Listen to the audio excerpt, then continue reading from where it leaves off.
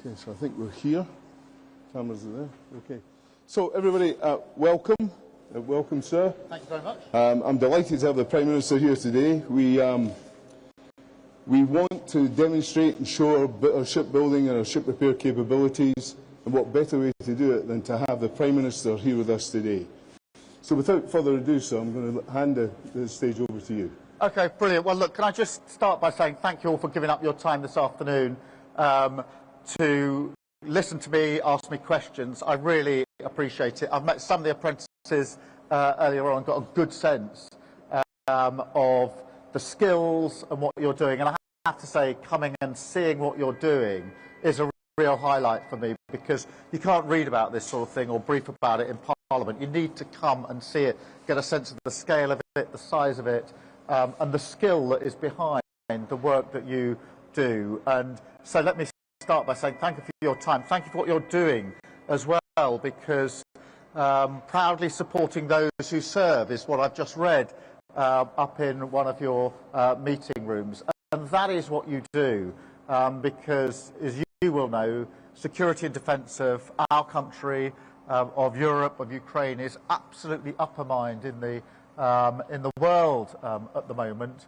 And it's really important that we always remember that there's always the front line, our armed forces, of which we're really proud and do an incredible job, but they wouldn't be able to do their job if they didn't have you proudly supporting what they're doing. So I hope you feel a real sense of pride in the work that you are doing, because you are serving your country, because without what you're doing, we wouldn't be able to do what's necessary to keep our country safe and secure. So thank you for that. You may have seen that last week we announced the highest sustained increase in defence spending since the Cold War, and that means that defence spending is going to come on track by 2027, and then a sustained year-on-year increase.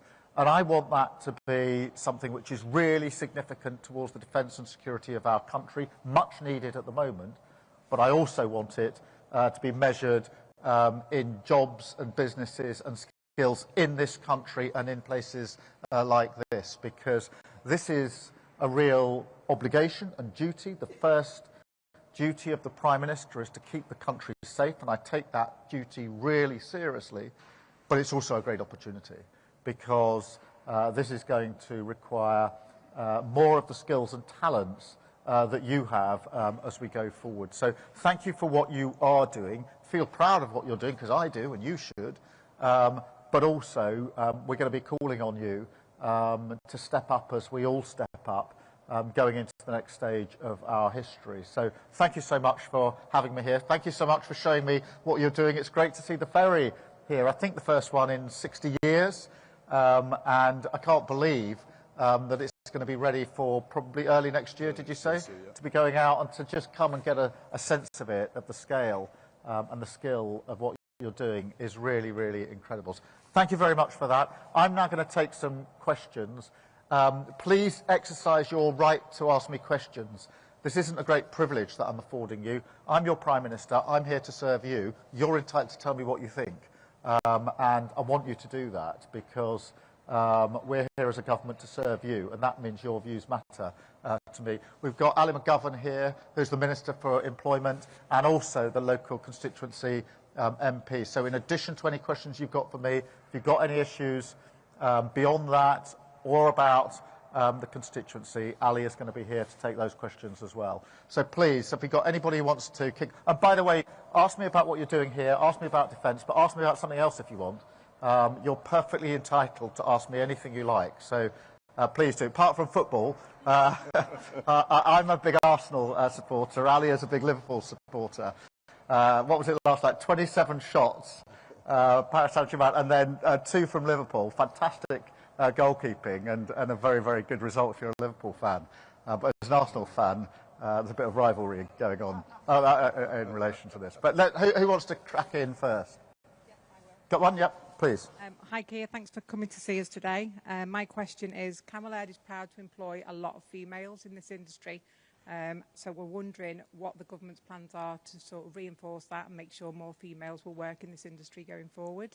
Yeah, well, I mean, there's a lot of women in the workforce here. I can see just by looking around. And I think that reinforces the point that I would make, which is these are jobs where we should encourage women to come and work, and where we should have aspiration for everybody to come and work. And I think, in a sense, my words are important on this, but what you're doing is equally important on this. And I hope that all of you are able to spend at least some time going into schools and colleges and telling young girls what you're doing, because I think there will be quite a lot of young girls who wouldn't necessarily think this is the sort of job I might want to go into. And if they see you, or even better, come and bring them here and show them what you're doing. And that's a wider thing I was talking to apprentices about this morning. I'm a big believer in apprentices, and I know you're massively oversubscribed. I think 800 apprentices every year for the 50 that get through. So every apprentice here has already got through a 1 in 16 chance and done brilliantly well.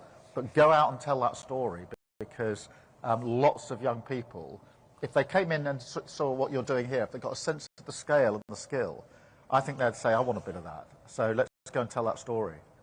Great. Anyone else with a question? Yeah, please. Hi, Keir. Hi, we met this morning when Yep. you were at the Mersey Ferry and you spoke with the apprentices, and I asked the question, and I think it's important to reiterate and ask again. Obviously, we're going to have 200 apprentices here come Yep. September, multi-trade. What is your party going to do to support this scheme?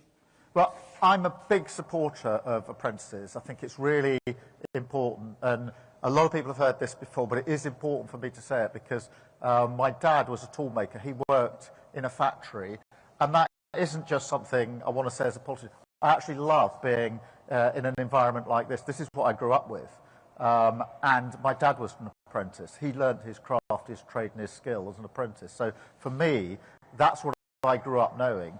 I think in some respects it is brilliant to go off to university. I was the first in my family to do so, but we don't make enough of apprenticeships, which I think should be given absolutely equal weighting with going off to university. So I want to put massive support behind apprenticeships. I want to make it easier for people to get on to start their apprenticeships, because sometimes people arrive for apprenticeships, they haven't got quite the right qualifications when they were 15, 16, they didn't get it completely right. I want to open that gateway back up, give people the chance, because you will have seen this, people just developing as apprenticeships through the 3 or 4 years, whatever it may be, to become highly skilled, fantastic workers, and we must support that as we go forward. So I want to give every support to apprenticeships.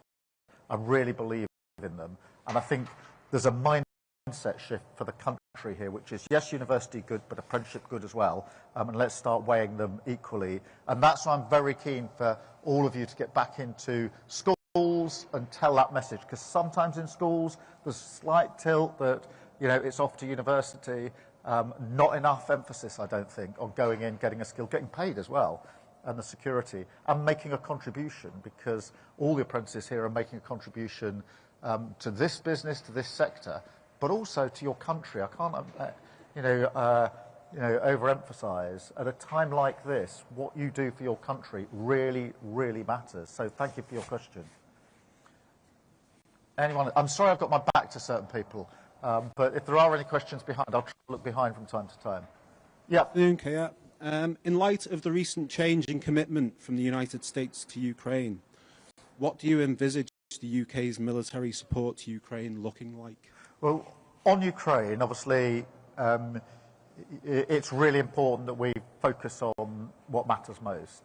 And what matters most, in my view, is a lasting peace that ensures that Ukraine is both sovereign, able to make their own decisions, and secure, so in a position where we don't just stop the fighting for it to start again in a year or 2 or 3. For that to happen, obviously, it's important that we are all focused on that, and it is important that if there is a deal, and we don't know there will be, that we defend the deal. And that means that we need to think about what's the guarantee, what's the security guarantee. And what I've said is, I think Europe needs to step up into this space. We've said for a long time that Europe needs to do more on its own security and defence. I think that's right.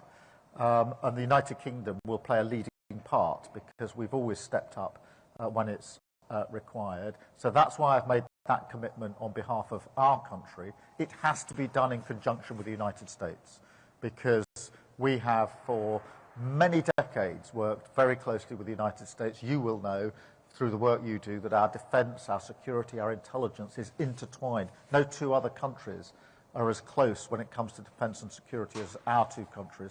So we want to do this in conjunction with the United States, because it's that ability to work with the United States and with our European partners that has kept the peace for 80 years now.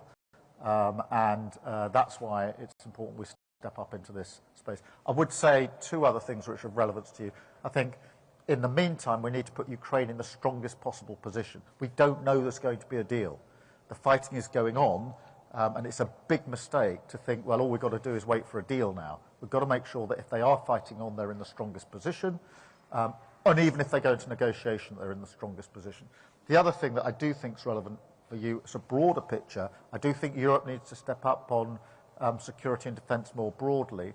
And I want to win contracts for you and others as that happens, because as the whole of Europe steps up, and I do think it will, that means it's not just the demands, as it were, of our government, it's other governments as well will be looking around to see, well, where can we place our orders for the capability we need? And I know we're good enough, we're leading enough in this country to say you should be putting your orders with us. So I'm envisaging a period, and I hope for a period, where there'll be even more work coming down the track for you, and you may need to increase the number of apprentices from whatever, it's 50 a year, isn't it? I think. 50 a year. Yeah, yeah. Right, anywhere else? Anywhere to the sides or behind? Got a question? Sorry, where are we? Over here. Apologies. Hi, you just touched on it a little bit then.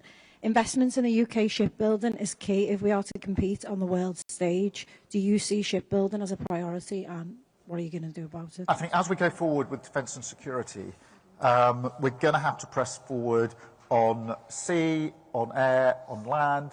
If you look at the Ukraine conflict, it's clear that maritime, what we're doing at sea, has been a huge part of that. And therefore, as we go through our strategic review, as we look at what does the next chapter of our history hold, it's clear that maritime shipbuilding is going to have to be a big part of that. That's on the defence and security side. Obviously, on the civilian side, there's work to do as well. I'm really pleased this ferry is being built here. There are other ferries that should be built here and aren't being built here, in my view, and we need to make sure that that comes to our shipyards, to businesses like this. We are really good at what we do in Britain. We don't sell ourselves enough, in my view. We should be a bit more out there saying we've got the skills, we've got the people, we've got the ability, let's get on and make sure that we're winning the orders because we're really good at this. And it'll be a very proud time when this ferry goes out early next year. It'll be a real moment, I think. Absolutely. We're looking forward to it. Be a big bit of history. Good. I think I'm just going to step forward now and do a bit of media. But unless you've got to go, I'd like to come back and just have a chat with some of you. But, I mean, don't feel you've got to stay if you don't want to or you've got other stuff to do. But I'm going to come back and try and find some of you if I can. But I'll just go do a bit of media if you don't mind first. Yep. Thanks. George, where am I coming?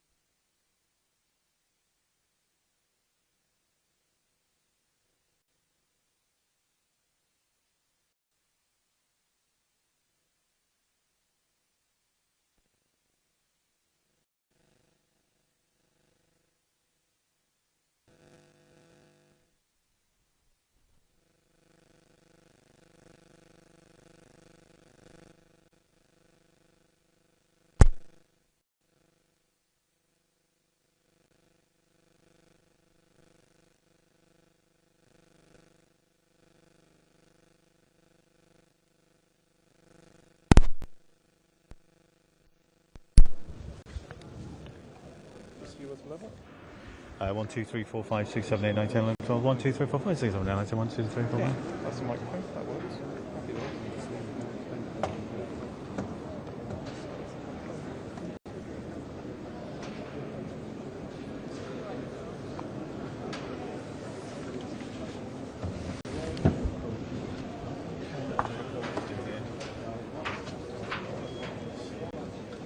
Everyone else is doing it.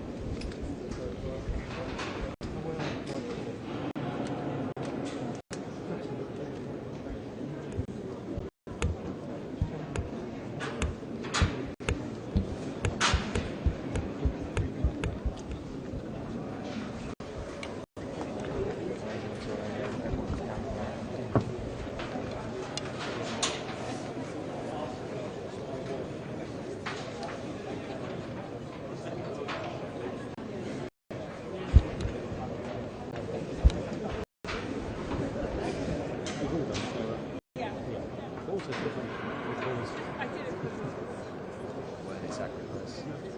It's a pair of defects. Between friends there. Mine and that, but anyway. Yeah. Should get the